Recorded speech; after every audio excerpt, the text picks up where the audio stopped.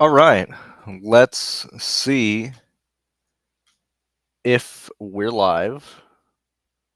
Maybe, maybe not. Going earlier than I thought we would be, but it sure seems like we are. Okay, so this was my. Let me make sure we're live. Actually, cool. Yeah, we're all gonna go. So this is my opinion, right? I was out of town this last weekend. I was in San Francisco visiting the last of my soon-to-be in-laws that I just haven't met yet. And they actually live like near Sonoma, so I was just chilling there. Ironically, like not going to the NASCAR race, right? But I just got back yesterday. Just got back to my place today. Just showered and showed up. And part of me, just because I didn't see any of the practice at all, I'm just looking at data and stuff like that. I figured, hey, this might be fun since we have 3 hours or whatever from lock, and I haven't made my projections yet since I just got back. What if we just do everything together from the beginning? This might be 2.5 hours. Who knows? I haven't done anything in terms of research, in terms of anything for this slate. And I figured, hey, it might be fun. Maybe some people will like it. Maybe some people won't. This won't be a picks thing, as you'll be seeing me go through my process through its entirety of making the projections, uploading them, looking at stuff, and like that. But uh, and secondly, just eyeballing the slate, I figured, hey, this might be a really good slate to do this because it seems like it's going to be a pretty funky slate with a $13,000, $12,000 person starting right beside each other. So I figured, hey, I might as well do this for a slate like this, and let's just have some fun and look through things together. And also because 'cause I was traveling and stuff, I didn't know that the contest was already filled. Um, I only have 5 lineups in the 10. I have 5 in the 5, 5 in the 1, 5 in the 4. Did not think a lot of these contests would fill up and stuff. I'm also playing, first, or at least I think it's worth noting that I'm free rolling this slate, and most likely some of Sundays, just because I have the $200 that DraftKings gave from the tennis bonus that they did, a week and a half ago or whatever, right? So like, so yeah, like I have no stake in the slate at all in terms of the outcome, in terms of how these lineups do and stuff. So figured we'd start from this, and so yet again, I haven't made any projections or anything yet. We're gonna go through it and stuff. I don't even know how many laps this race is, and I did not really want to go live on a slate like this to where I've been traveling in the air doing stuff for the website in the background. I just didn't want to jump in and do a live show and stuff like that. So let's go ahead and let's. I just go down and pay attention and write down the amount of laps that I need to use here and stuff. And so what I normally do first off is we're just focusing on where, or at least what I'm trying to do is focus on where people are going to finish first. We'll worry about laps led and fast laps and everything later. Yet again, I'll show you how I use this type of stuff. So maybe you're wanting to make your own projections. Maybe you're just wanting to be a better player or be aware of stuff, or maybe you don't care and you just want to play slates. This probably ain't the video for you and stuff, but I'm gonna go through everything.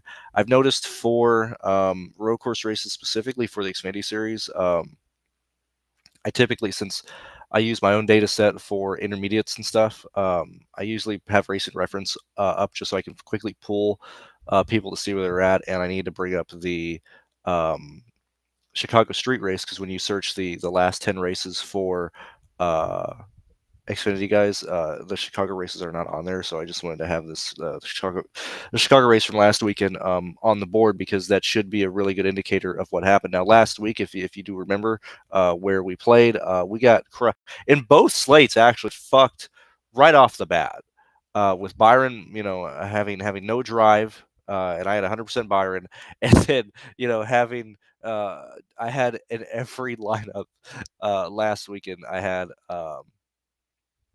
Connor, I had Taylor Gray, and I had Ryan Sieg. Obviously, we didn't do fucking anything in these races. Both races, the place differential got absolutely obliterated before the race even started.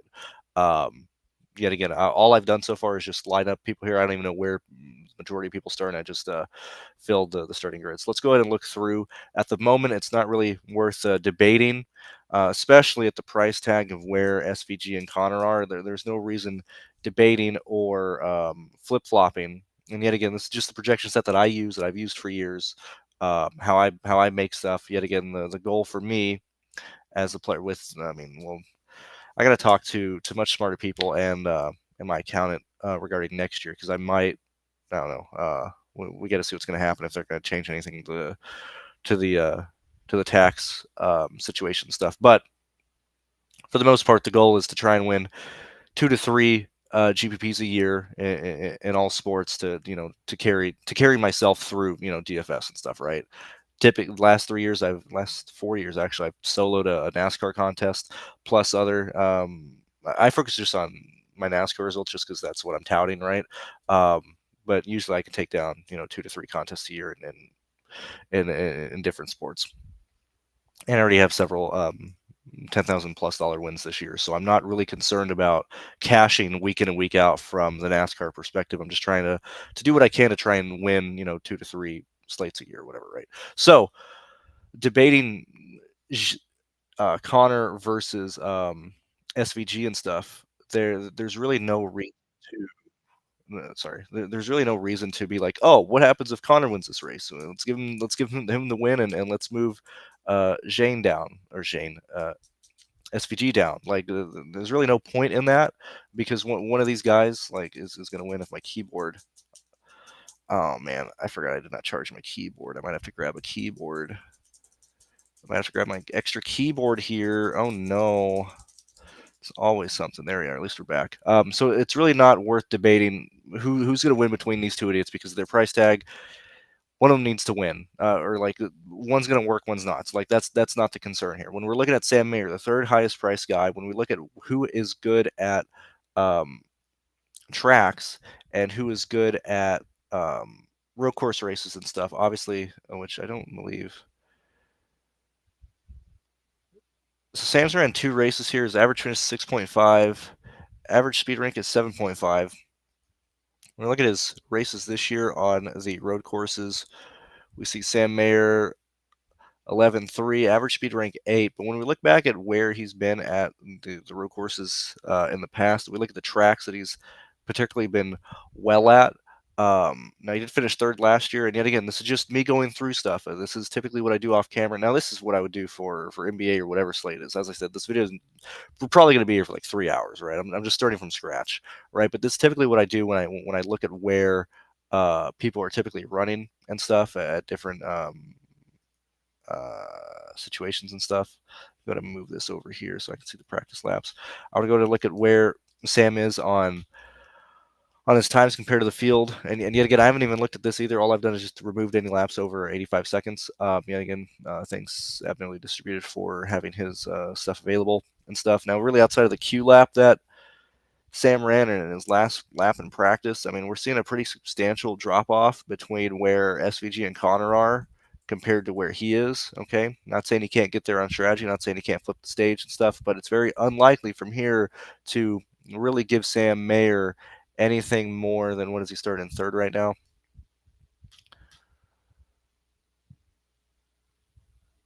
Like, I just don't really see and I have this one open because I want to go through and look at the laps as well for these races. Yet again, this is just what I do for every race. But like, I just don't really see a reason to give Sam like a third place finish. Like a top 5 would probably be there. So right now I'm projecting for like 5th, right? Obviously him at 37 points, not going to be good. I can just tell right off the bat with the 2 expensive guys up here. Obviously it's going to be very heavy on one of these. They're 13 and 12 respectively. There's going to be a lot of people in this range because everybody's starting pretty much where they should be.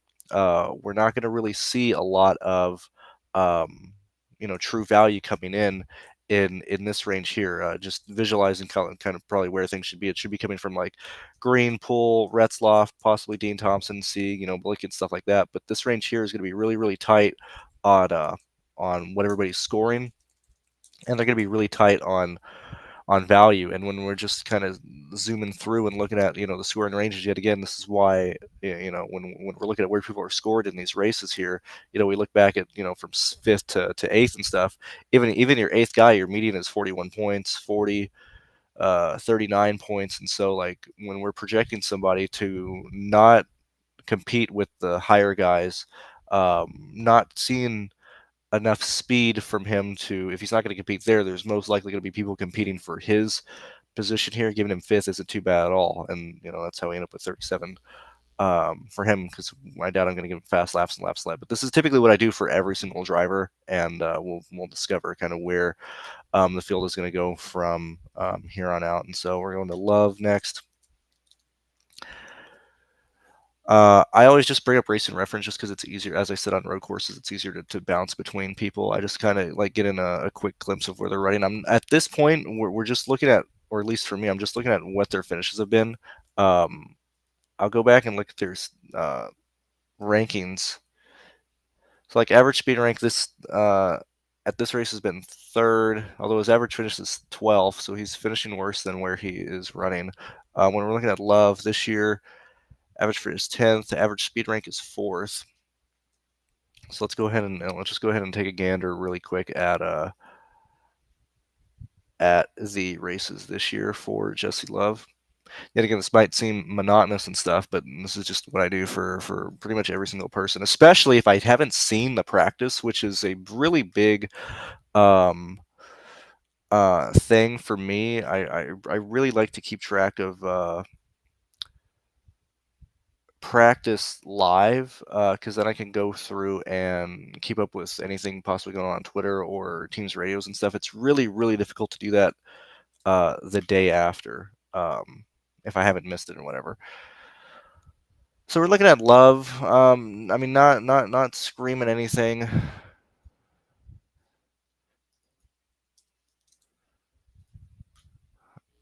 I mean, pretty much right there with Sam. Give him fifth as well. Williams Wallace. I know he won the race yesterday at the in ARCA, and he did pretty decently at Mexico, I believe. But the fucking guy has been abysmal. I mean, this guy has been a pain in my ass this entire year. I mean, I played Williams so heavily like the first 10 weeks, and as soon as I stopped playing him, that's when he starts showing speed. It's been incredibly frustrating there. Let's check. Oh, this fucking guy's still like 30th in points, man. 14th on average speed. I don't need the 5-lap run thing here. I don't need to delete it. I'll just not use it. We'll move that there.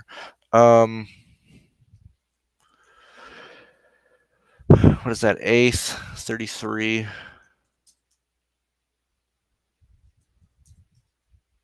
Typically, if I'm not really sure on somebody in terms of speed, but if I think I'm kind of making up for the fact that I have one, like, I really like him for like 9th today, right? But I don't know if that's decent enough. I typically give somebody like 2 fast laps to try and make up for that.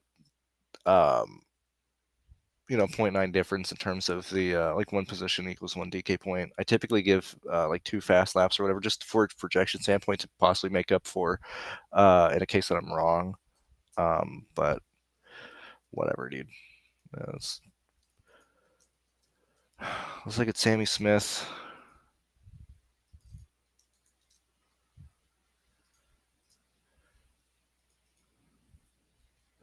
Pretty abysmal finishing compared to where he started. I mean, and when I mean abysmal, I mean when I'm just straight up looking at his things, like 10th, 11th. Obviously we have a third at Portland stuff, but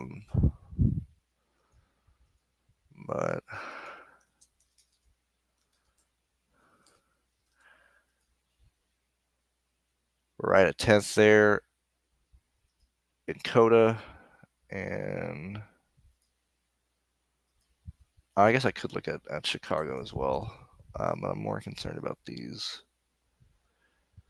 Still not really gaining or losing positions at all.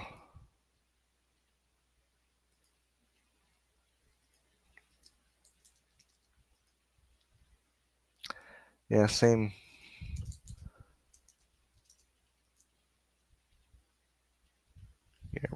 gaining much. So like, we get to Sammy Smith, and that's like, yet again ninth and stuff. Not really much to argue there. Okay, so Carson third on average. Let's take a closer look at these laps. I think it's more of a talent thing at the moment, but Junior Motorsports has taken over as the fastest team over Joe Gibbs in Xfinity. But I think that's really because the talent and that Joe Gibbs has is pretty fucking bad. It's literally Eric Almirola whenever he's in the races, and then like literally nothing else. Like Joe Gibbs' best guy in this race is Riley Herbst, right? A lot of 77s, more so where the field is. Where are these faster laps coming from? Although he did run a higher amount than most people. That's not bad. Quaffle's been pretty race my end. We're looking at the one car.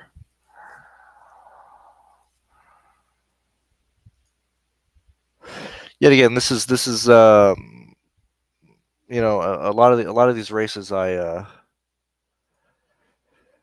a lot of these shows I go through and be like, oh yeah, you can use this for this, you can use this for that, you can blah blah blah blah blah. But actually seeing how I utilize, he's finished like so bad. Like he'll gain positions on these stages, but he's been finishing a lot in the mid.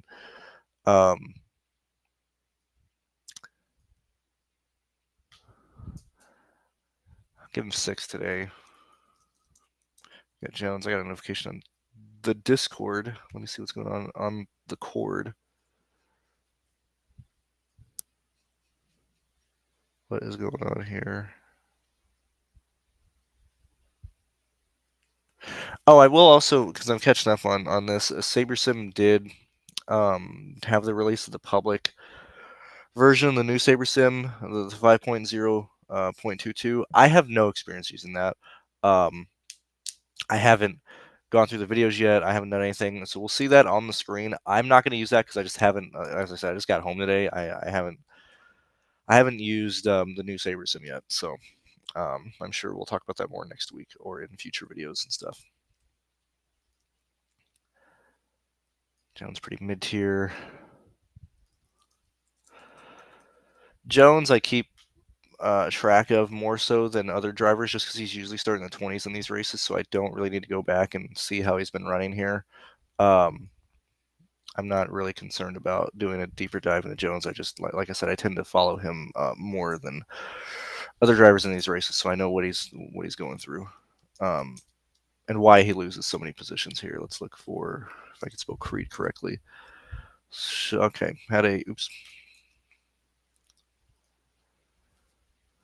really slow practice here. So why is that? Yet again, we're doing this live, and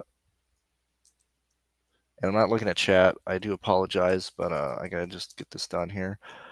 So during Xfinity practice, I would be listening to radios and stuff, and be like, hey, why is Creed not fast? Okay, so let me go on Twitter, and I mean, I'm not gonna show Twitter because we got wild shit on Twitter, but Steve reports bit of an odd situation for Sheldon Creed. The rearview mirror in his car broke and it was hitting him in the face, so it had to be removed. So clearly not having a good time yesterday. He started in P9.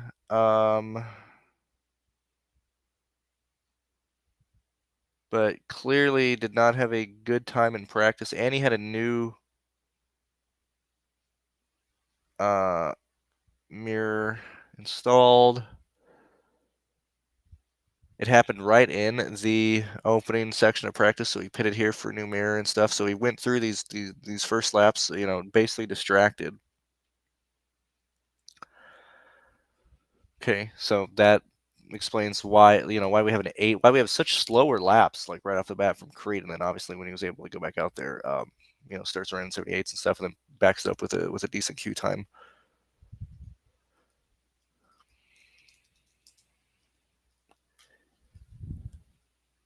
Let's close those.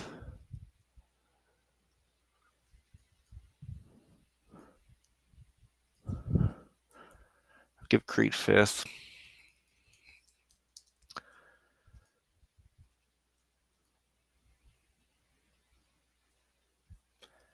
Again, looking at Allgaier's lap times, seeing where he's at compared to people around him.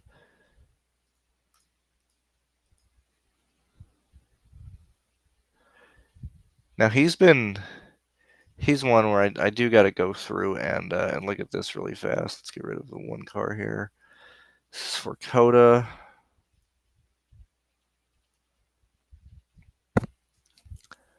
For Mexico.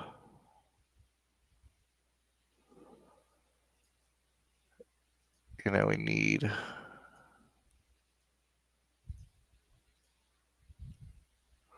wrong one. That's 07. Whoops. Really bad finishing.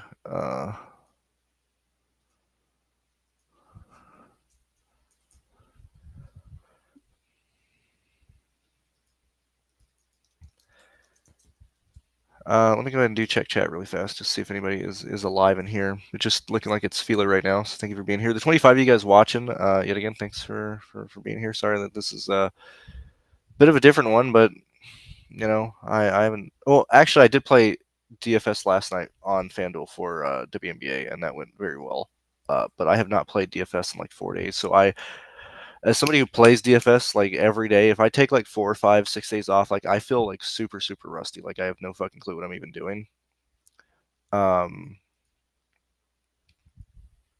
No, I closed out of the wrong one.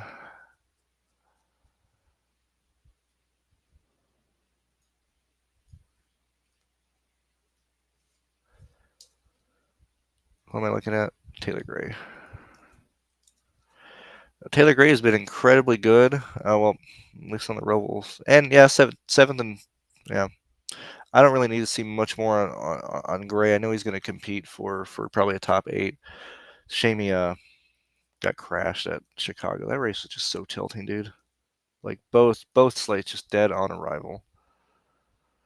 So this situation where Perkins has most likely overqualified. Looking at 25th.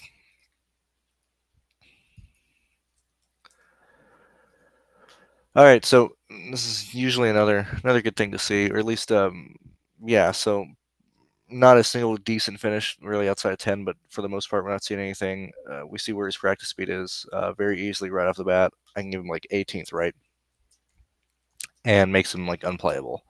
Anything for, you know, really like if I think he's going to not even really do anything compared to the field, like, I mean, he's somewhat alive, finishing 15th, right? But really past that, do we think Perkins could finish 15th? No. No reason to project him worse. Like, there's no reason for me to project him for like, you know, 22nd if he's going to be 9. If it's just going to tank the projection source to make it 9. So I'll just keep it 19. Alfredo, same thing. I mean, I'll go through and look at his thing really fast, but typically Alfredo falls in that same category. He has an incredible amount of talent, but the piece of equipment is literally just horrible.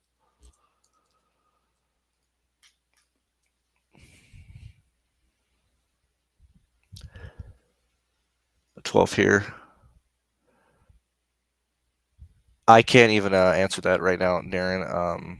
As stated, this is not a pick show. I'm doing everything from scratch here. I mean, I assume we'll answer that in probably an hour and a half or something.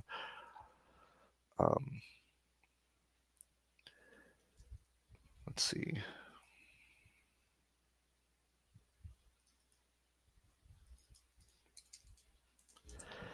The reason being, I mentioned it at the start of the stream, but I've been out of town and just got home and stuff. So I figured instead of having what I would think would be a really poor live before lock, I figured I would just do my entire process live and see if anybody actually likes it or not. Like Alfredo's terrible, dude. Like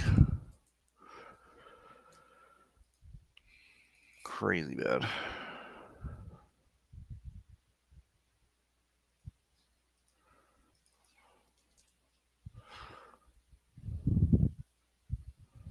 Corey is not ran. At least it could be wrong there. Let me check really fast. He ran Nashville, or he ran the Tennessee Lottery, the Texas race, and the 250 Marine Corps. So he actually hasn't ran a road course race yet.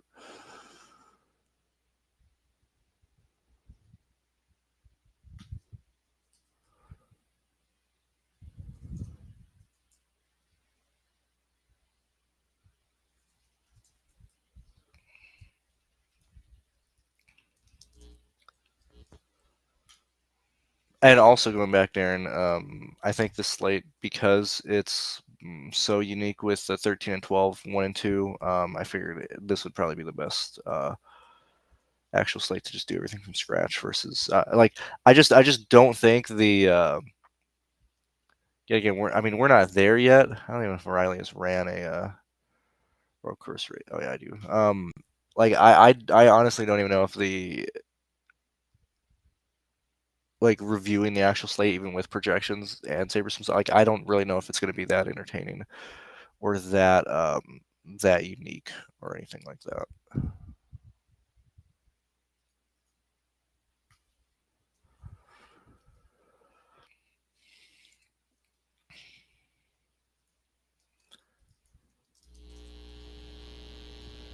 There's really no reason to look through Austin Hill very quickly because he's top five in every slate, every race, everything. He has top five speed. There's really no reason to do that. Um,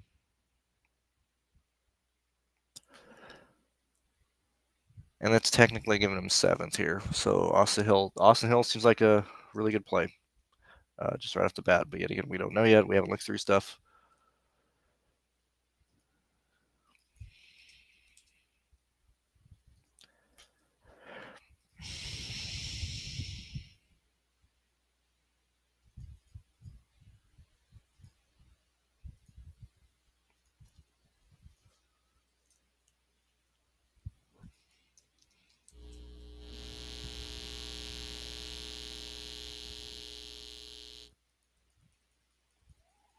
I believe Williams was optimal at. Yeah, he was optimal at Chicago.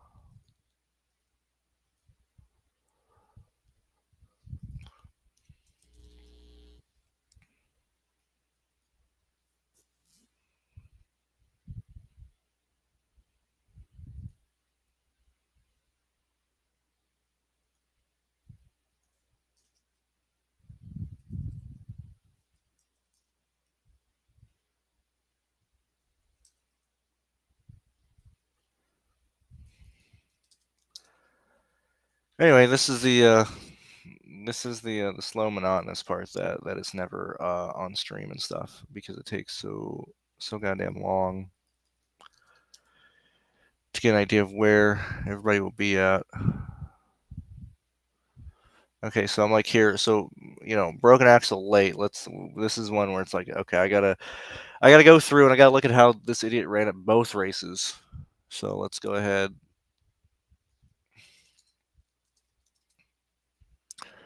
Let's look at Mexico.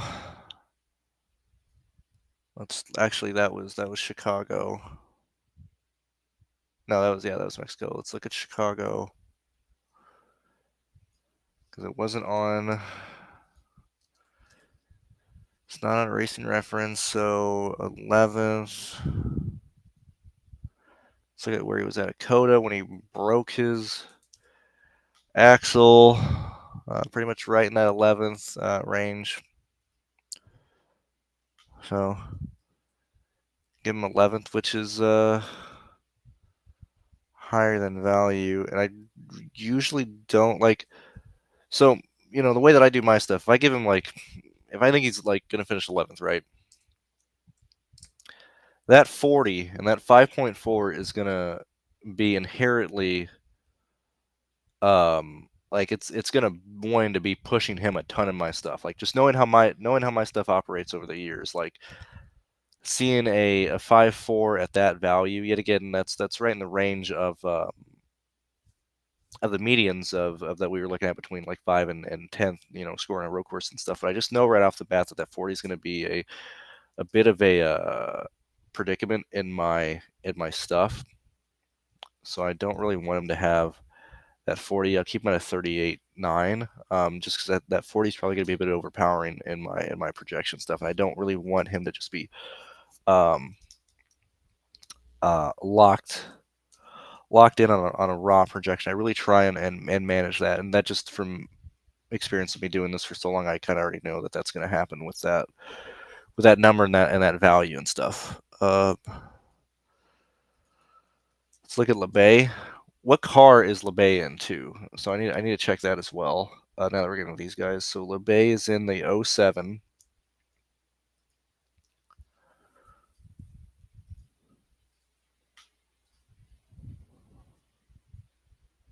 15th and 14th respectively. We need to look at Chicago as well. Yet again, this is another LeBay is a guy that I kind of usually end up following anyway. So I know what I kind of know what he does in these races. I have a pretty good feel. Kind of like the speedway racing and stuff. I kind of have a feel on how certain guys do. So we need to go to the 07 here, and yet again right at 12th again. So the three races that he's ran in the 07 this year, 14th, 15th, and 12th. We're seeing where he's running. I mean, we'll even go through and just kind of do a double check really fast of where um, he's running here. But he's been very, very, very inconsistent. So like he might not be a play, right? But I think this with right where he's at, getting these positions consistently late in these races, like he might not be play. Well, we'll see what he does here. But like 33 is a really, really good projection for him. 33 to 35, right in that range, right? So like that 33.7, I'll even 33.7, 34, 35, like that's a really, really good range. Like I'm very happy with that projection for LeBay. Does that mean I'll play him? No, we're just going through stuff, but I think I'm very, very satisfied with that projection for LeBay based on where he's been at, based on where he's scoring, and stuff like that. As long as I'm happy with kind of where my stuff is, I'm happy that 35 is I'm fairly happy with that. Why did I give him a lap lead? I just need a 2.5. I didn't want to necessarily have a 4.5 there just because that might be a bit overpowering since fast laps are 4.5 and laps led are 2.5. But that's typically how I go through and manage that.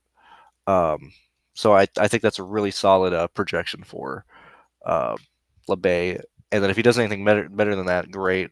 Same thing with Eckes. I know typically where Eckes is going to run in these races, but just for the sake of actually being here, we'll go ahead and double check everything, or at least show how you can use this stuff, how you can use this to see where they're running. So typically, or not where they're running, but seeing what their strategies are. So you don't have to waste time rewatching races. And ideally, you want to do this during the week, so you don't have to do this the day of before the slate lock. Shit, again, we're 3 hours away from the slate locking, but that's the situation we're in right now.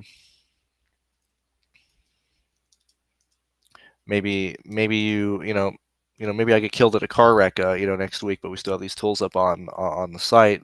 You can, well, frankly, if I'm dead, I don't really care what you do. But if you want to use these tools, it's typically how I do them. Now you get the 15th at Chicago, which was a very difficult race to pass at. Let's look at his laps really fast. So 13th.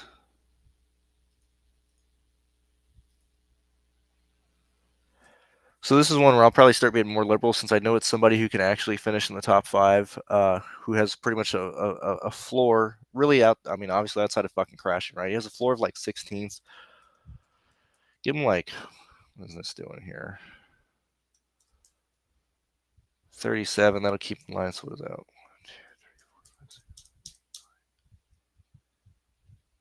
So that's 13th. We need 10 for 12. He's right in that range of 40. Yeah, that's fine. Mozak, who ran up front. No, until he got moved back.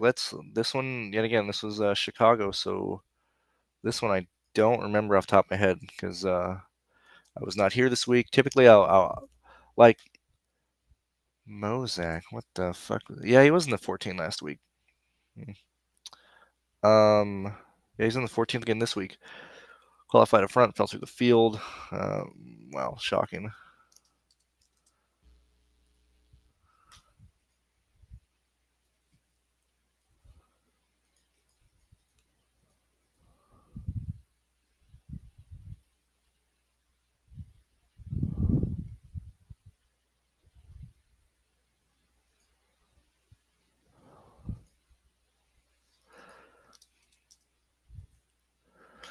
So like, why? Okay, so like obviously something happened here. I'm like, why is Mozak, despite how bad why is he so slow in practice? Okay, didn't do a lot of practice laps. That's one thing. So let's go see what this hunk of crap 14 car did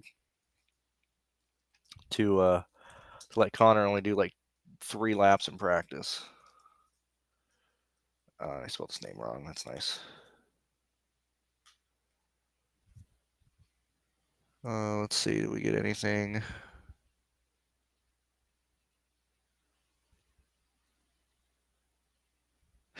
Also, this isn't related to what he's doing today, but like tweets like this just piss me off. Tough going for Connor.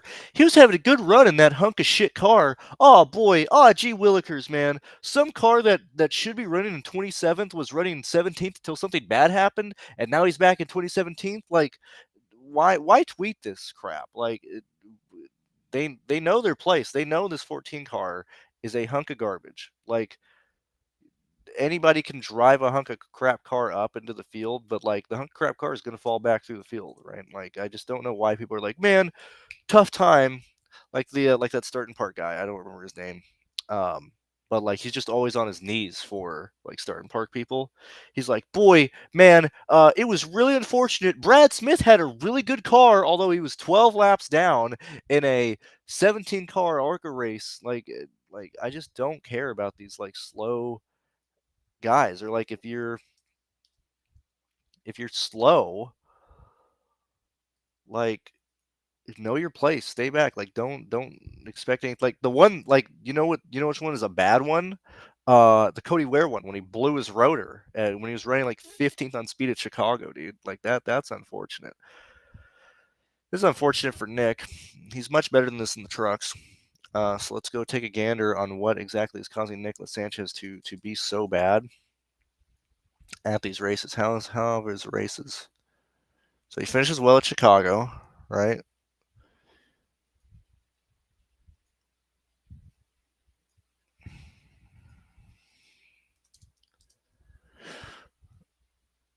Gets fucked late in the race. Okay, all right. Stuff's making more sense now that we're having. That's the wrong guy. Oops. And I mean, Marguerite is way up. Still ran a bad luck there. Let's check his practice laps.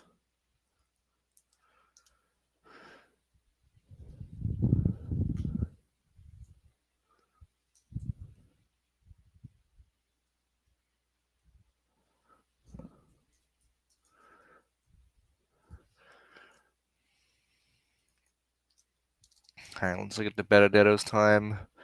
Now he has been he's usually slow in practice at the road courses in this Vikings car, but he has had his moments.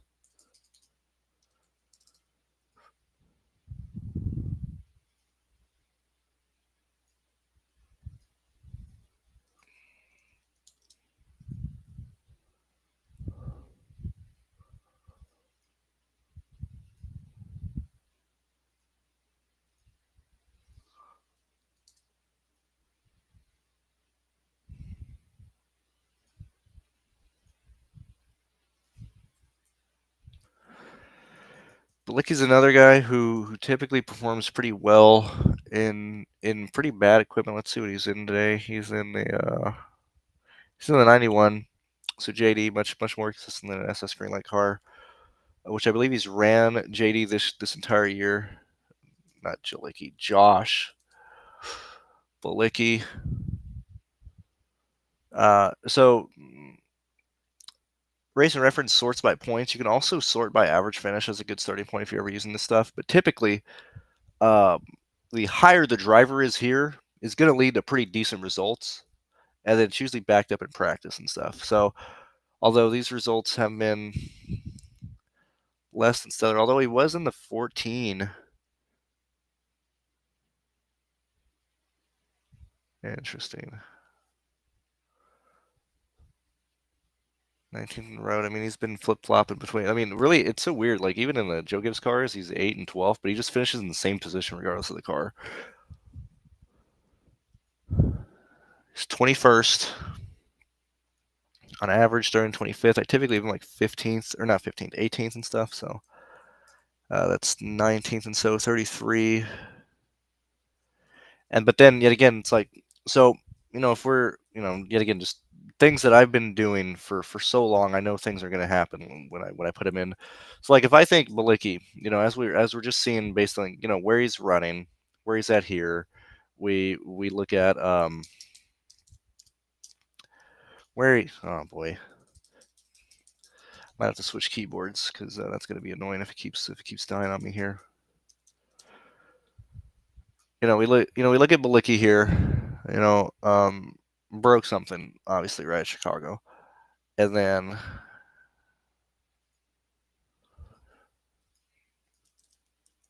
oops.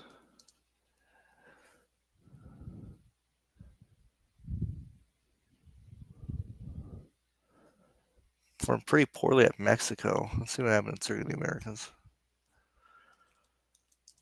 I typically let's see if he ran better here. Nope, still the same. Still around 20th. So you don't need to give him that 18th, despite him having upside for that. And because that 18 gives him a 33 point out of 5.8. Yet again, checks and balances. That's usually if I know I'm in the right range or whatever. I think 6, what is that, 20th, 29. I think that's perfectly going to be fine to rival people in this value range because we're not playing him, when we're trying to now. Well, I guess it could possibly happen at a road course and stuff. Although we're just looking for a range, near the 40s. Him at a value at 29. This doesn't mean he's competing against these guys up here. He's competing against any values that might pop up in this in this price range or whatever. So like 29 at a 5.1, I'm perfectly fine with that. As his projection, because obviously his upside is nearly 35, 33. But if he doesn't do much, he's right at 17 and stuff. So that 29 projection for 20th. Actually, that's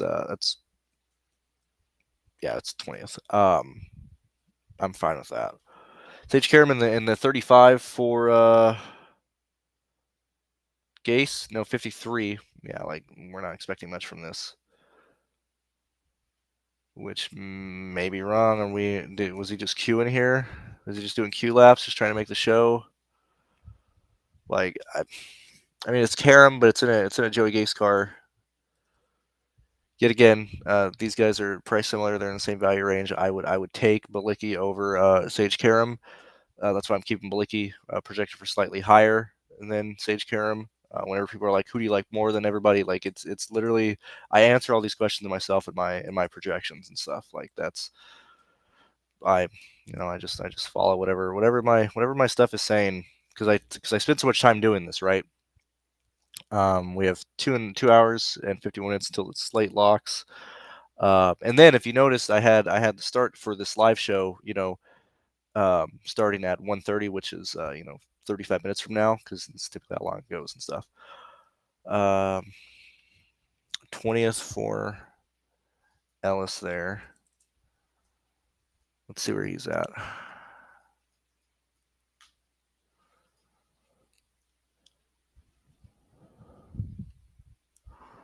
We're either in the 30s or 17th. There's really no in between.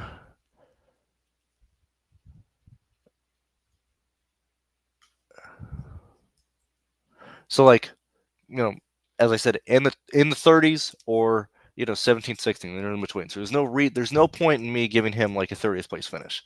We're not playing him at 30th. There's no reason to play him if he's starting and finishing 27. No reason to play him. It's like, what is a more conservative projection that could potentially leave him in the range of being used that isn't forcing him in. Because if I give him like 17th, right, it's gonna blow shit out of the water with a 7.1 value, 37 points, right? Like we can't just throw that in there because it's gonna destroy stuff. So like,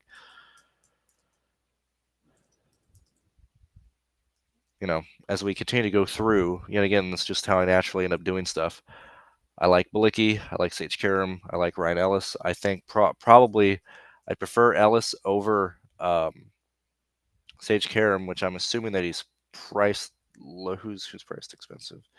Yeah, so yeah, Ellis is priced lower, so right off the bat, that's going to give him a better discount on the value. Okay, even if the projection is lower, my stuff would end up showing that, like, if for whatever reason, if shit is coming down to Sage Karam v Ryan Ellis, Ryan Ellis will get the bump in my stuff from how I do it. So like that's just what that's how I just, as I said, I'm just doing everything from scratch for what I've been doing for years now. Some people might like it, some people might not, but this is just what I do. And yet again, when I do these videos and stuff, when people just run in, and be like, "Who do you like? Well, what are your picks? Have you looked at this guy? You haven't talked about this guy. You haven't done this." It's because yet again, I do all this for all these. Did Chris Wright run? I think he spun out. No, he DNQ'd. Okay, so he didn't qualify for Chicago. Just get a text message. Hold on. Okay, so we have that.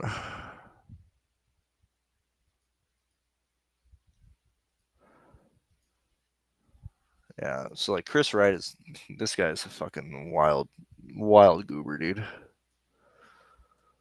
What a wild goober, dude. All right, Ryan Seek, the guy who let literally everybody and his own mother down last week.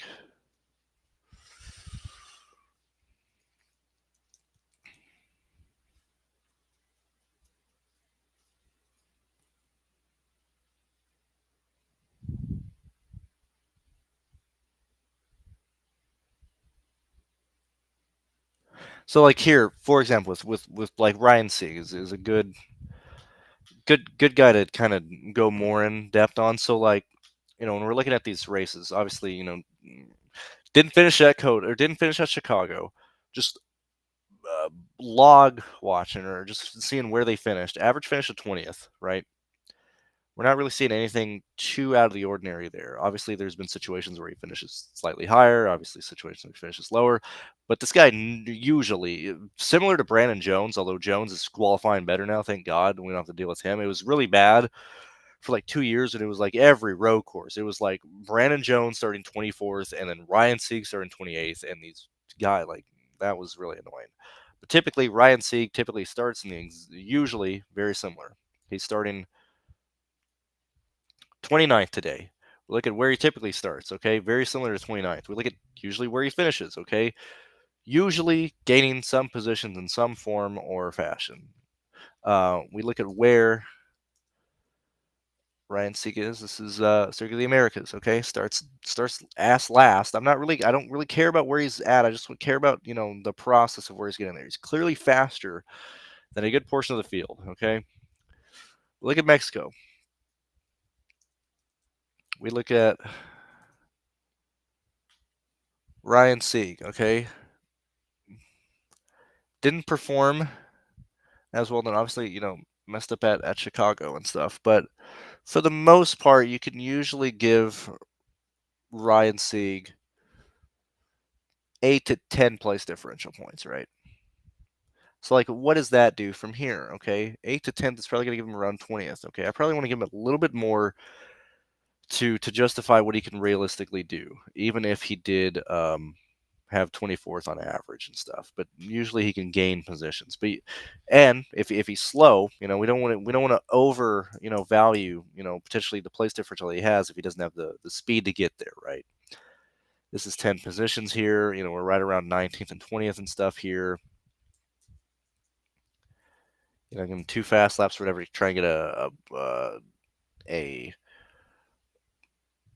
projection that is probably well within range of that he can get, but that could potentially be aware of the downsides that he's happened. So when we're yet again, I haven't looked at the slate. We're doing this live. We've been live the entire time for 50 minutes here, right? Um, when we get to as we were going through Harrison Burton and Ryan Sieg projections, for the most part, because with how races are going to be potentially going with this with Shane and Connor up top, you're going to have situations where you're going to have either cores that go together, potentially, Harrison Burton with Ryan Sieg, whatever the case may be, trying to think about how lines are going to be made. But there's also a case made that a 1v1, just based on my stuff likes Harrison Burton over Ryan Sieg. They're projected very similar. I assume that they're priced very similar. Okay, I think Ryan Sieg will probably get a bump based on the place differential that he normally consistently gets in stuff. That's not saying don't play Ryan Sieg. This is just going through why sometimes I'm higher on other people or less on other people, or why my projection set is slightly different than other people. This is a situation where I think this is a race where you probably want to lean towards Ryan Sieg not having that 16th, 18th, 17th place finish that he's showing. Ryan Sieg. This is probably, I don't want to probably lean towards this finish. I probably lean more to like the low 20s potentially with how slow this is with his practice speeds here. Even when you start removing, I mean, he has an 83 here, but that shouldn't keep him down too much. He goes from he's at a 68 here, back to 16th. I mean, back to where he's at. Back to where he typically finishes stuff. I just think this could be a situation where um, Ryan Sieg might score worse, but even still, that 35 is going to keep him, very much in my thing. And yet again, then I can go in if I'm making lineups and I'm like, hey, I probably maybe I get a gut feeling, in half an hour or an hour or so. I mean, like, hey, maybe I want more Ryan Sieg, then I can just play him. I'm in control of what I'm playing and what I'm making and stuff. We look at Clements, who I didn't even spell his name correctly. What the hell am I doing here? Whoops. Whoopsie. Very slow. I mean, this guy, this dude, this team finds ways to just break stuff week in and week out at these road courses, man. Like, he'll have decent. I'm not saying he doesn't have decent finishes and stuff, but my God, this is abysmal. Oh my Lord.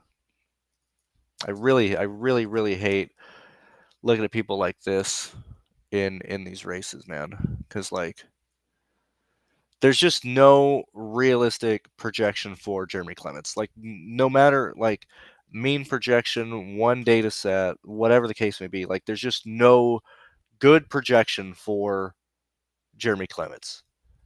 You either play him or you don't. You either, be like, hey, maybe he has upside this week and you play him, or you don't. Like, no matter what I do, anytime I play Jeremy Clements soups, it's because I've actively decided to play him. I think he looks pretty bad. He looks pretty bad, right? But then he gets these like 18th place finishes out of like nowhere, 18th, 19th, at like difficult tracks too. Like, you would expect him to gain those on tracks that have like on slower tracks or more methodical tracks. These are fast. Watkins Glen and Coda are fast, aggressive tracks. Indianapolis, the nine, like what? I mean, we're going back to 2023, but like, holy Toledo, man. So, like, yet again, in a show, this could be a guy where, like, you haven't mentioned Jeremy Clements, yeah, because I have him projected for 26 points. Similar to Sage Cameron, he's similar to all these guys, right? Look at Daniel Dye, kind of same thing. He just hasn't been around nearly as much. Where did he finish at Chicago? As that loads, finished 19th, 17th, 13th. Okay, yeah. So this is one where we gotta go back and see what is Daniel Dye doing to get these finishes. If he's starting so far back and he's surviving here, or actually not far back, he's starting in the middle of the pack here at Chicago. And again, if you want to use any of these tools, I mean, Race and Reference is a different website, obviously, but if you want to use any of the tools that you're seeing here, you can get them with any of the packages that we have on our website, TrueDFS.com, obviously. I don't know why I searched Jeremy Clements again. Oops. Let me do Daniel Dye. So like here it is. Gains positions with strategy, but he's able to hold on to the positions here. Like he doesn't gain nearly anything under green at Mexico. Doesn't gain or lose anything under green in Mexico, right? It just restarts and strategy. Let's see Coda.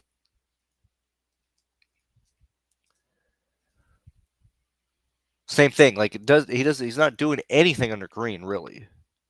It's just wherever he is based on like practically wherever he is on the restart, he's going to be within 3 to 4 positions of during that green flag run, right? So like what do we do with Daniel Dye here, man? He's starting 30th. So at this point, then I typically go, okay, who's in front of him that he can realistically outrun? Okay. Yes, yes, yes, yes, yes, and then plus or minus whatever he can typically do. Give him around 21st. That's 30 points.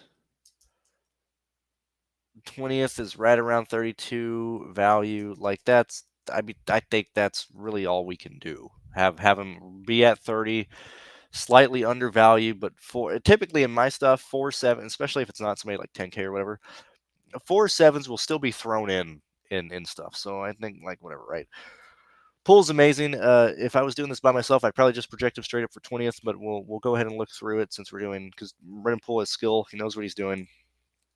He's like actually good. Like Brendan Poole, the rule of Brendan Poole, any track, if Brendan Poole is starting outside the 30th position, you play him. Like he is the most consistent value, highest skill level in these cars. We would play at what is his price? I don't even know what his price is. What is he at? Brendan Poole is $5,800 starting 32nd. It seems like the play that I'm going to end up using the most of. I haven't even made the projection yet. Maybe we're wrong. We can look through stuff. We can see where things are going. But Poole tends to be a really good play. And just as a rule of thumb for me, I usually always play Brendan Poole if he's outside the top 30 or if he's at a price range that is well under what he should be. He should be 68 at every track. He's not. He's 58. What is he doing today? I played him at again last week, Mexico City. I played Ryan Sieg, Tanner Gray, and Brendan Poole. My shit was done. But where's he finishing? Outside of crashing or mechanical failures, 20th, 23rd, 14th, 16th, 15th, 17th, 12th, 25th. Like you play Poole. We don't even have to project him for 12. We don't have to project him for anything. We just give him like 21st. And he's there at a 5-3 value, 31. Like that's the projection I'm running with because I know it'll be giving me a lot of Brendan Poole at 38. I don't need to worry about him. Brendan Poole seems like a really, really good play. Look at Green, and Green has been incredibly incredibly good in the Jordan Anderson cars as well. I believe I could be wrong, but I believe he had to pit under Green for a flat tire at Austin earlier this year because outside of that he's got outside of the wreck he has top 15 upside, right? Let's go ahead and look at that Coda. We're at Coda. I'm pretty sure he Green, oops. Or maybe he didn't queue. Am I stupid? He was in a 32. Why is it? Oh, it might not be. Hold on, we gotta find. Sometimes when you pull from NASCAR, since we do, yeah, he doesn't have his name. It's just his identification number. I think this is when he pit under Green here because I'm pretty sure this is what happened because he goes from on 36 he's in 19th and then he is 34th at speed. His average speed is 59 miles an hour. I'm pretty sure he pits under Green for a flat tire. I could be wrong, but I'm pretty sure that's what happened with Green. Do a quick look because this is a situation where like we have to project him for a top 20. We have to project him for finishing better than Poole, right? He's 18th here on speed. Everything indicates from where he's finished, where he typically runs in these races, the skill that he has here. Like, we have to project Austin Green for like 19th, 20th, right? It's gonna want to jam Austin Green in, right? Maybe not, because I thought he'd be cheaper. We'll give him 14. That's actually, so 1, 2, 3, 4, 5, 6, 7, 8, 9, 10, 11, 12, 13, 14, 15, 16, 17. We'll give him 17 for the changes in the points between 31st and 30th and 21st and 20th. 17, 42. I don't really want him to be that highly projected.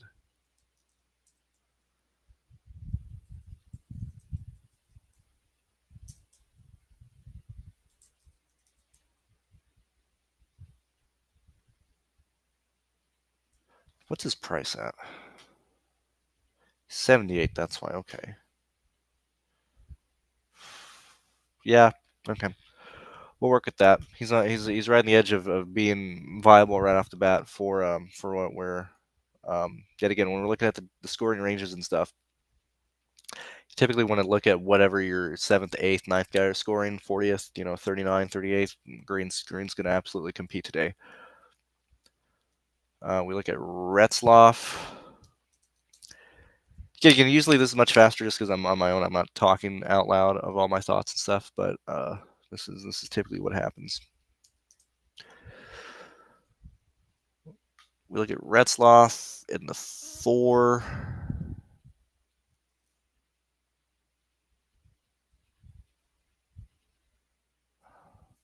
Who's he in today?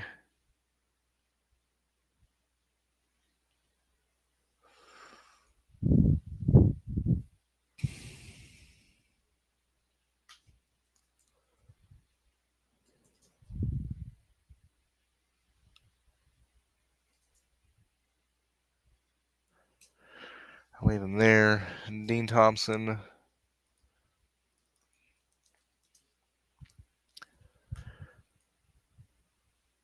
Huge. I mean, huge, massive upside. I mean, this is like huge, just massive upside.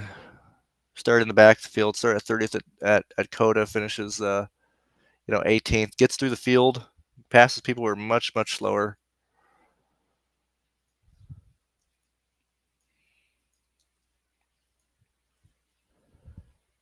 Passes people much slower.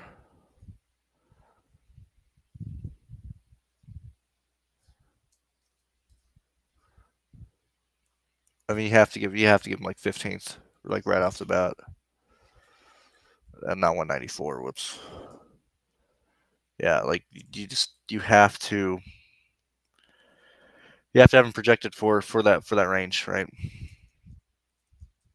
All right, let's see. Who else are we?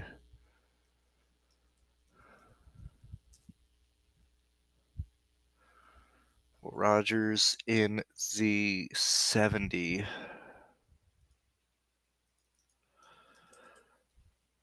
All right, so 28. I think he only ran one race, maybe. Yes, so he just ran Coda. No, he didn't. Yes, he did. Maybe not Coda. Chicago.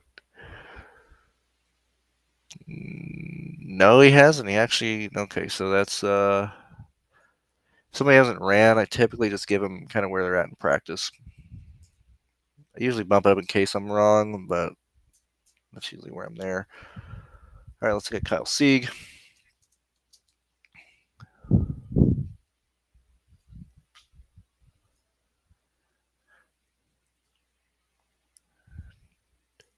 Probably going to give him like 24th, 23rd, which is right where he's at in practice. 23rd, yeah, I'll give him like that. So 10, 12. Getting 12. I'm not too concerned about giving 10 to 12 PD back here because it doesn't give, like, when you go, just giving Herbst, for example, right? If you give somebody 12, 10 place difference points from 15th, it blows them out of the fucking water, right? But if you give 10 to 12 to 15 people in the backfield, and it still the potential of not really push them in a ton of stuff. So I'm fine with him at 28-4-7. That's perfectly fine. Brad Perez, who did indeed wreck out last week, and I do believe Could be wrong. Did Brad crash out? I swear he did. No, he still ran, but he finished 30th.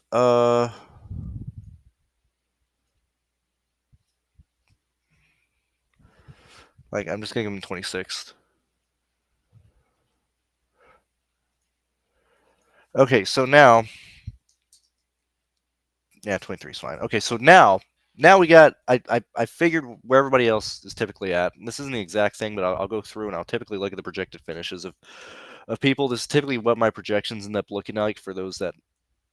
If you've been to paywall shows, you've seen this. If not, you've seen it. This is usually if people are like, Brandon, where do you have people finishing? What's going on? Now this is plus or minus one because it's just taking their starting position plus the place differential I'm giving them. It's not accounting for that I'm making up for the DraftKings points in the place differential, but it usually gives you a good feel of where we're at, right?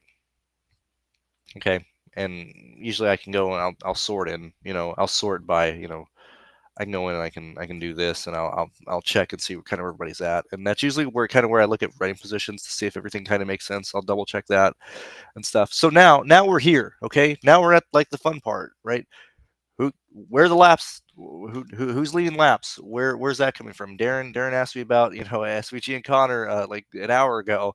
We're finally here now that we got everything else out of the water. So first and foremost, are there situations that have been similar to what we're seeing here? The what is it? Like what are we projecting for now? Gut feeling is SVG runs away with the race. Connor Zilich is potentially second, but these two are the best guys in this race. That's why we specifically played them last. Like, see, that's why I'm like, all I did last week was play SVG and Connor Zilich together, and all my lineups, just literally everybody else died, right? Connor Zilich starting dead last, you're going to want to play him. These guys are the two best guys in the field. Okay, now they're starting first and second today. So what I want to do first is look at situations to where potentially you've had two split lap leaders, which we really haven't had. That we usually have people running away with this. Now, again, we only have 79 laps, so we're not working with a lot of laps led and fast laps here, right? So that also hinders their potential upside. So I'm just kind of looking through kind of where we're at here.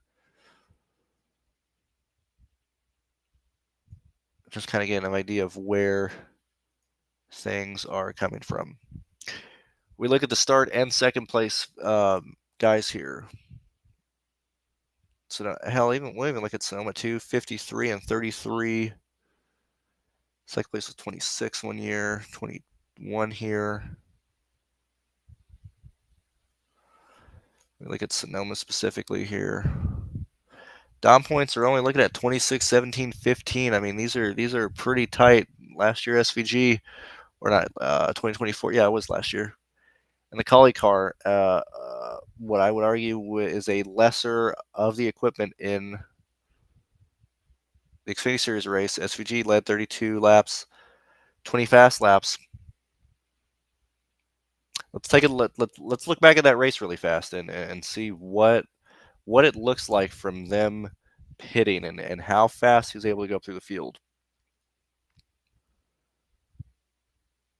Where is little Sonoma?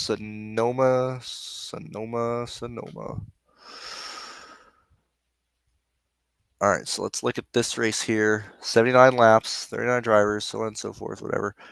Let's look at the starting grid really fast. SVG Ty Gibbs. Now, Ty Gibbs isn't as good as Connor, but gives you an idea. Now, I guess he fucking died, but these guys split the race, okay? 33 laps led for Shane, 26 for Ty, 21 fast laps for Shane, 20 for Ty Gibbs. Now, obviously, Ty Gibbs finishes 35th, scores negative 11 DraftKings points, but this should be a pretty good representation of what these two potential guys could do with each other. So SVG, you could see all the fast laps that he got in this race. So obviously stays out leading. Because he is the favorite to lead stage one. It's just going to depend on if he pits in the stage or pits before it. Okay. Comes back out in fourth. doesn't take the lead back out until the end of the race here. What happens to Ty Gibbs? I assume that these guys switched here as they're competing directly against each other, which should happen today. Okay. Yet again, Ty Gibbs didn't finish the race here, but that's a pretty. I think that's a pretty decent representation of what we're going to see today with Connor. Actually, best case for Connor, actually, because worst case for Connor is SVG runs away with it because he's the better racer. Okay. Or Connor runs away and he beats Shane, whatever, right? Um, the best case for both guys potentially being viable is something like this. So what I'm going to do for the sake of projections is give Shane and Connor exactly what these two individual guys scored last year to just see what it is at that range, right?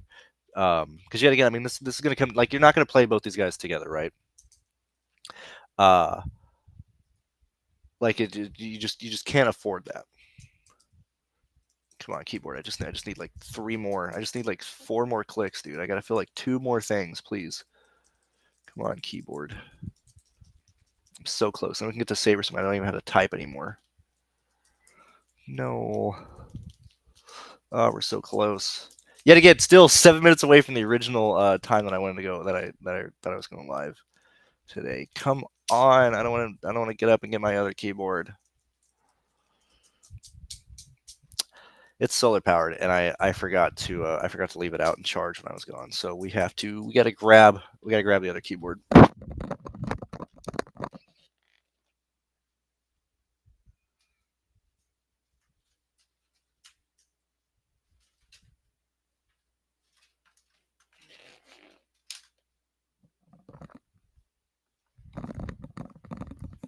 This is my gaming one. Whenever I'm goofing around as a gamer, and I gotta have a real keyboard to play stuff. All right, let me plug that in. All right, so what are the 21, 20, 26?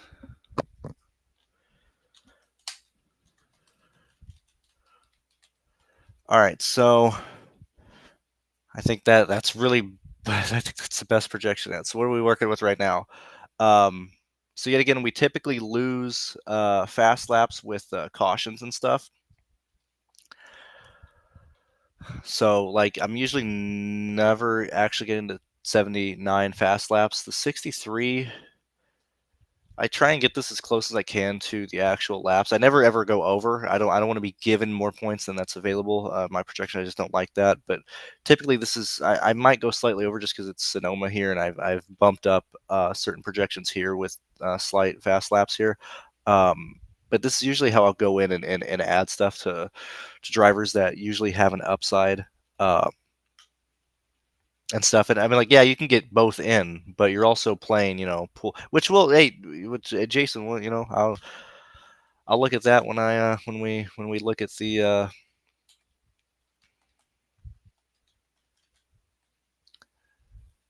It's usually how I bump people if I want to give projections to people that potentially might run better. Although I don't think we really need to do that today. We're well within the 76. I mean, okay, so I sit here, I look through, I'm very happy with where all the numbers are at. It gives us a good idea. Now I need to upload this to the website just so that's live really fast here. So let me go ahead and do that really fast. And then we can go into SaberSim and goof around. Yet again, we have 2 hours and 21 minutes left until the slate starts. I don't know, maybe you do want to see me go through all this stuff. This is what I got to do on the back end for TrueDFS, since we are finally at the end of almost not having to pull stuff from Sheets, not Sheets as in the person, but Google Sheets, where I can just upload the CSV directly to the website and stuff. This is what I have to do to get it to work in SaberSim, so it automatically pull for you guys. I just make sure everything is lined up. I got the right slate, I got all that stuff, so we're good. We're live on the website. That'll be actually, you can find these projections live on the website now. They'll be uploaded onto SaberSim shortly. Okay, so I'm not going to be using this page. If I'm going to be using anything, it'll be me going through races more specifically. So let's X out of this because SaberSim is very intensive on the browser. And let's go over here. Yet again, since we've been live for so long, I've been out of town. The new version of SaberSim has come out. I have not watched any tutorials on it. I have not messed with it. I have not done anything like that. So we are not using the old SaberSim. Okay, or we are not using the new ones. Okay, I'm on the classic one just because I have not used it yet. Okay, that is, let's get rid of all this crap. That's why we're using the old SaberSim. I haven't watched tutorials yet or anything like that. Let me just get the content. Okay, that's on there. Now, yet again, since I just uploaded it, it's not on SaberSim yet, but you can always, yet again, this is always done before the show goes on, and usually done earlier in the day. You can always just go to the projections here and just go to the Xfinity series and for DK and stuff, and you will have the projections here. For whatever reason, our clock is not. This updates every 10 minutes. This updates instantly. So, like, obviously, this shows that it was not updated on the 5th, but this is for today's slate. Just stuff on the old website. We're almost done with a new one. Anyway, you can always grab the projections here or whatever. I always just copy and paste from my own thing here, just so I have it, but whatever. It doesn't matter how you upload the projections. I'm just showing how I do everything and why I do everything, right? So here's my stuff. Okay. So now we're here. All right. Now it's my projections, so yet again we'll run this. I'll see what I have. I'll see what my stuff shows. I'll then go and see what SaberSim is showing and stuff, and then have an idea of what the field is going to do and everything. This is the entire process of just how I play NASCAR DFS and stuff. I like being able to see the salary projection and ownership of each individual drivers. I hate this listing. I hate how this looks. I hate, just for me, because look, man, one, I'm colorblind and I like things a certain way, and I hate lists like this, especially in like NBA and NFL specifically. I want to see what everybody's projected for. I want to see what everybody's individual projections. I just enjoy seeing this more. Okay. All right, I want to look at my top 1,000 lineups really fast. We're going to sort by projections, and then I use this to determine where things are coming at. Okay, so going back to you can play SVG and Connor together. I'm sure you can. Let's just take a look at my highest projected lineup with SVG and Connor. It is my highest projected lineup. My second, my third, my fourth, wait a minute. I don't know if they've changed it to where if it changes here. Oh, that's unfortunate. You used to be able to, if it didn't change, I don't really like that change. You used to be able to do this and then do this, and it wouldn't change the. Although, am I just a fucking moron? Hold on.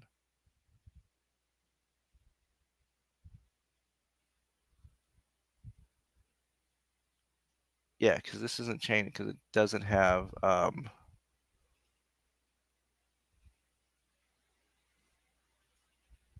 not a fan of that. Used to be able to just click I could click SVG and Connor. Where the fuck is Connor again? Sorry.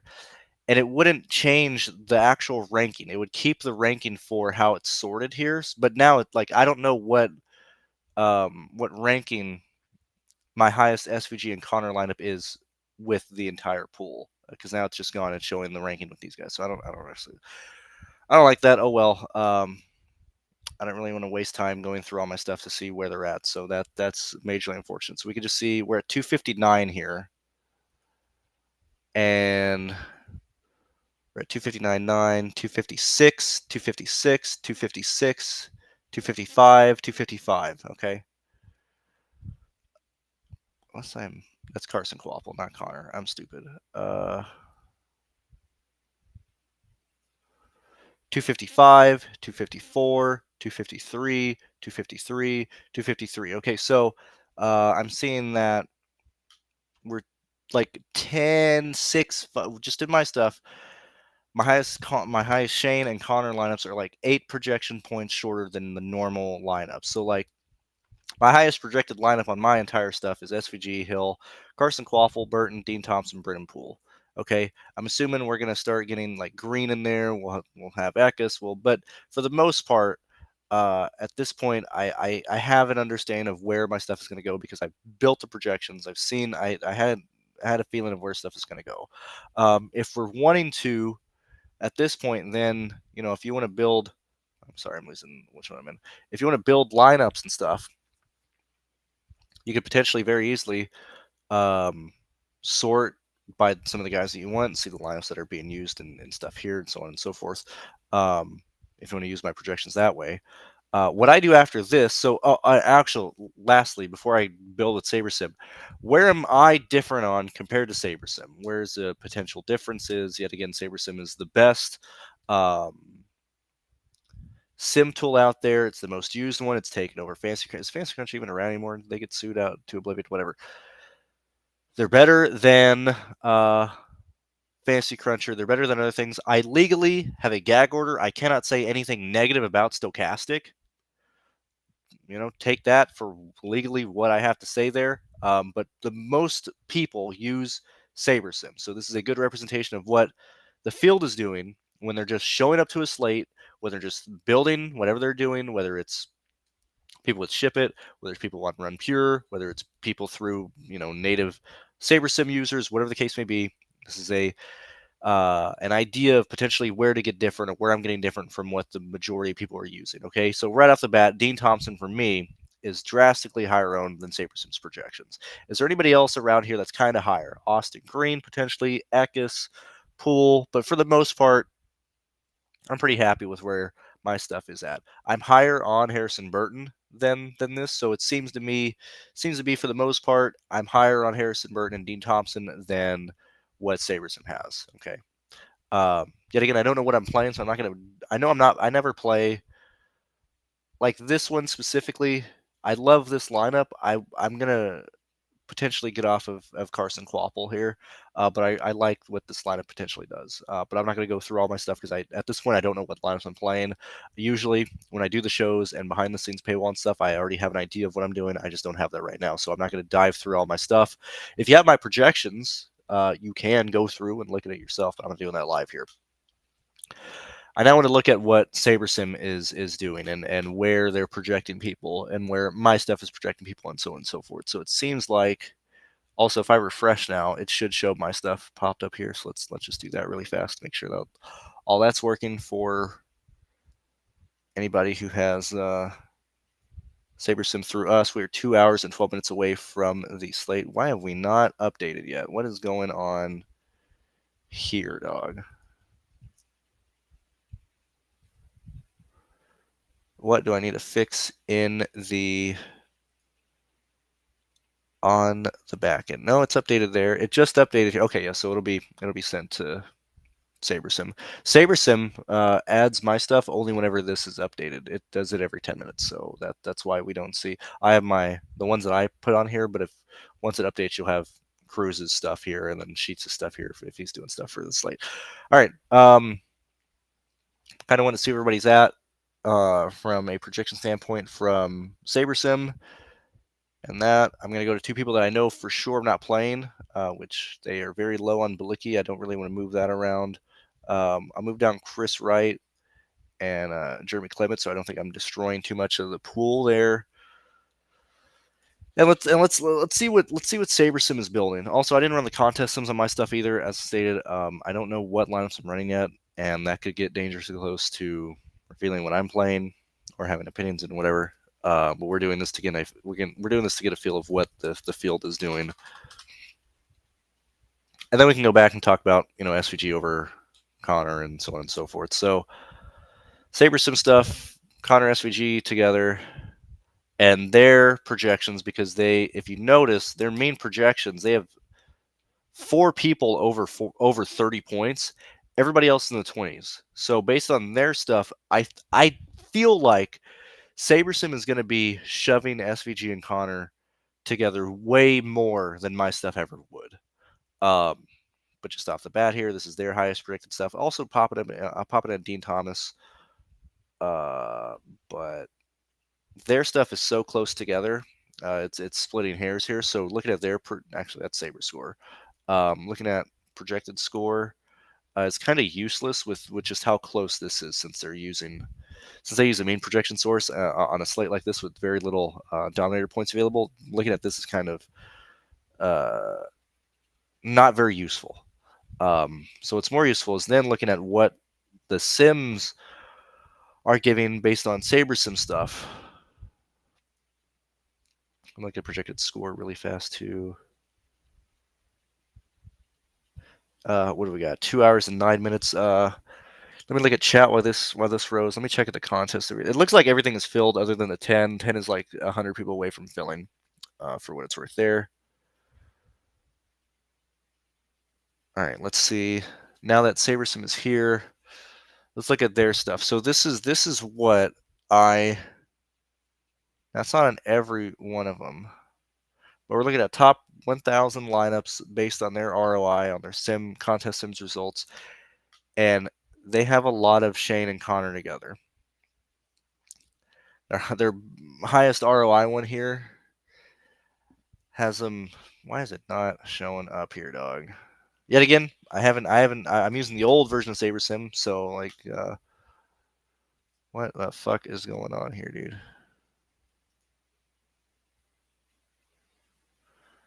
Not minus. Let's go up here.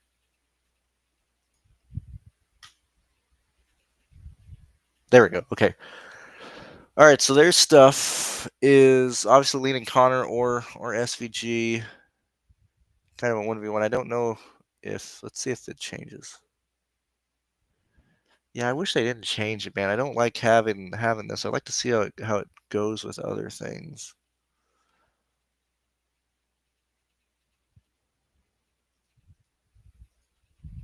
Interesting. Anything out of the ordinary?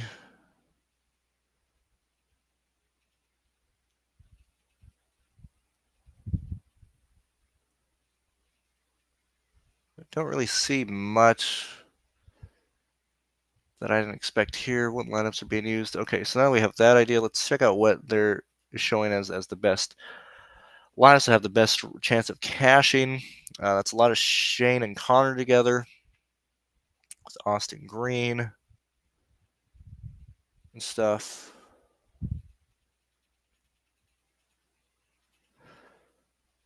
So, from a leverage perspective, now that we're here, I think from a leverage perspective, because you might have a lot of people potentially playing a lot of these lineups that have a high cash rate, playing both of them together, especially, let me kind of just do it really fast here, because I haven't made lineups yet. Let's just see what you're working with if you're working with Shane and Connor together. So that's Shane and Connor 62 on average. Let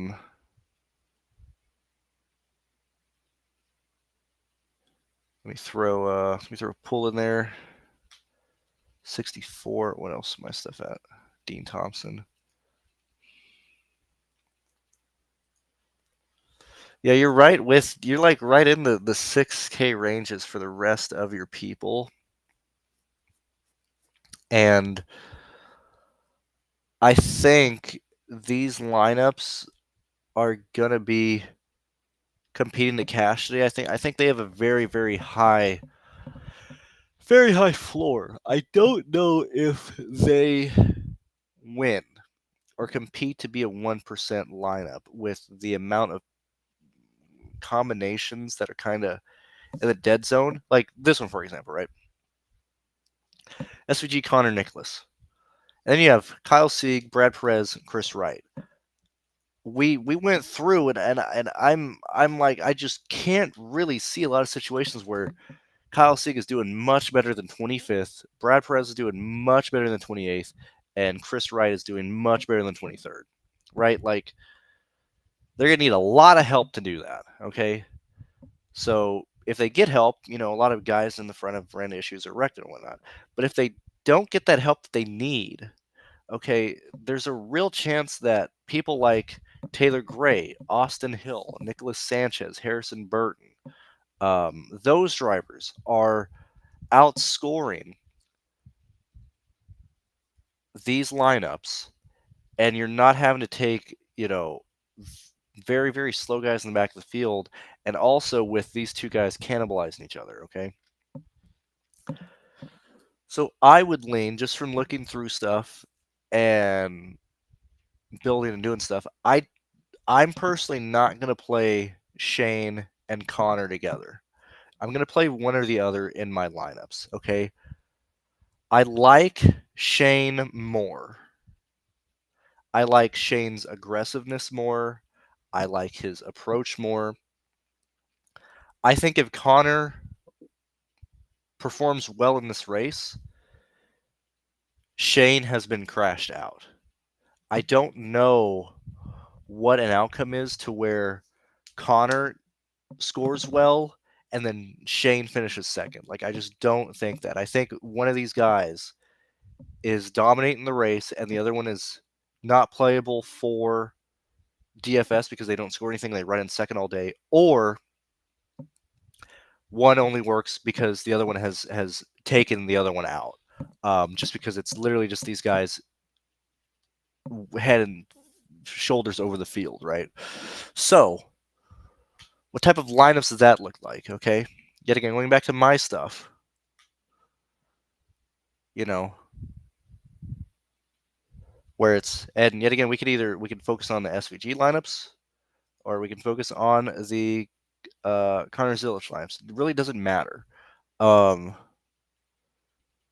But I'm going to be looking at lineups that use one of those two guys in lineups, and then just use whatever my stuff is telling me to play at that point. If you guys are still here, I do appreciate you sitting here. I know it was very long. We've been here an hour and a half, but this is literally just what I do for every slate for DFS, whether it's this or football or whatever. But if you guys do have any questions at this point, I'll stick around for 5 minutes and we can look at everything. I know we looked at Daniel Dye. We talked about, am I prioritizing SVG or Connor Zilic? But yeah, I think that's mainly it. Showing how stuff is made, showing how I get to my projections, or giving an idea of what going into them and stuff. Hopefully, that helps understand my opinions on drivers, not just in this race, but just in general, future slates or whatever, or why I might answer certain things, or why I might not talk about certain things, or why I look at certain builds and stuff.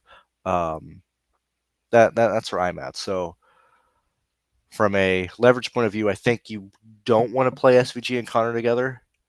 Although it might look good on paper, I don't know if that's very viable up top at a tournament perspective. I like the upside that Dean Thompson has. I like the upside that Austin Hill has. I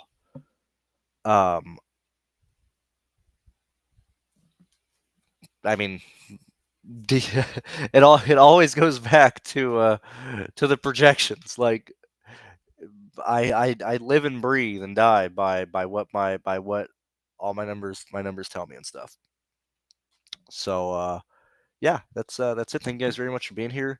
This is also what I do in coaching. Now, we don't just have that on the site, but typically if people want coaching stuff, I've already done that this year for other people. If you're a TrueDFS subscriber, not on YouTube, but like on the website, and you're in the Discord, like DM me, and I'm happy to coach. I'm happy to go through stuff. We can look over how your play is, not just for NASCAR, but other sports and stuff like that. But this is how I go through and discuss and go through just the stuff. If you guys enjoy it, I'd highly advise you considering joining. And yes, JJT, Dean Thompson's luck will absolutely run out. But that's that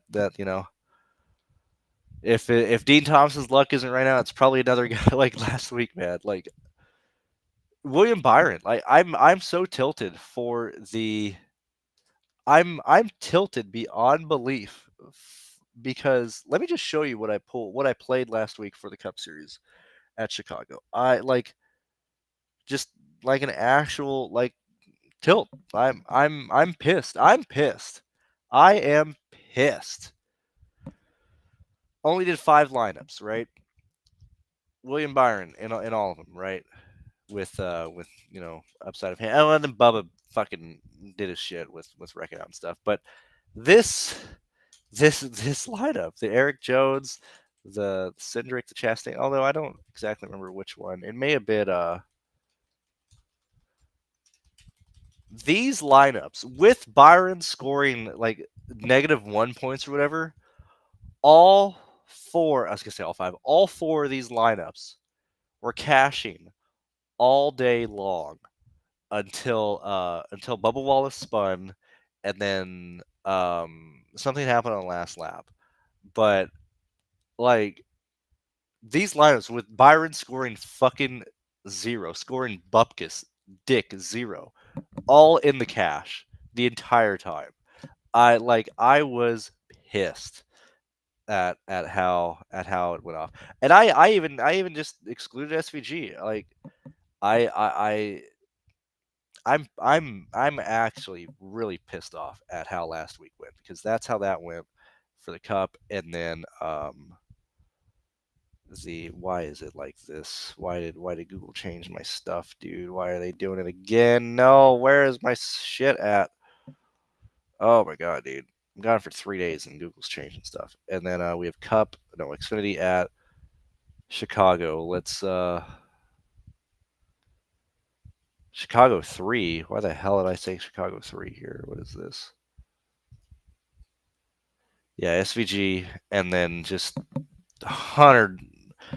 I mean, like all in on Gray, Ryan Sieg. It's ridiculous, dude. Oh, I was so pissed. So I'm hoping that, which whatever. I'd rather have the slate be over on like the first lap, and then I'm just not invested in it. Then, but like I just anyway. I like Dean Thompson Day, so I'm ready for him to blow a brake rotor and just stop performing and stuff. Anywho, thank you guys for being here. Thank you for watching. Maybe you liked it, maybe you didn't, but either way, thank you for being here. If you want to consider supporting me, supporting everybody here at TrueDFS, you can join us in the link in the description below and join any of the other packages that we have. I guess I'll sell those really fast, and I'll give basically 3 sites. One with our partnerships with SaberSim and PayDirt Intuitive Analytics. You get PayDirt and SaberSim on any of these 3 subscriptions. This is just the NASCAR only. I don't know why you'd pay $40 for NASCAR only. You should just upgrade and get access to TrueDFS plus SaberSim plus PayDirt on all of these. Anyway, see you guys later. Thank you for being here. Bye bye.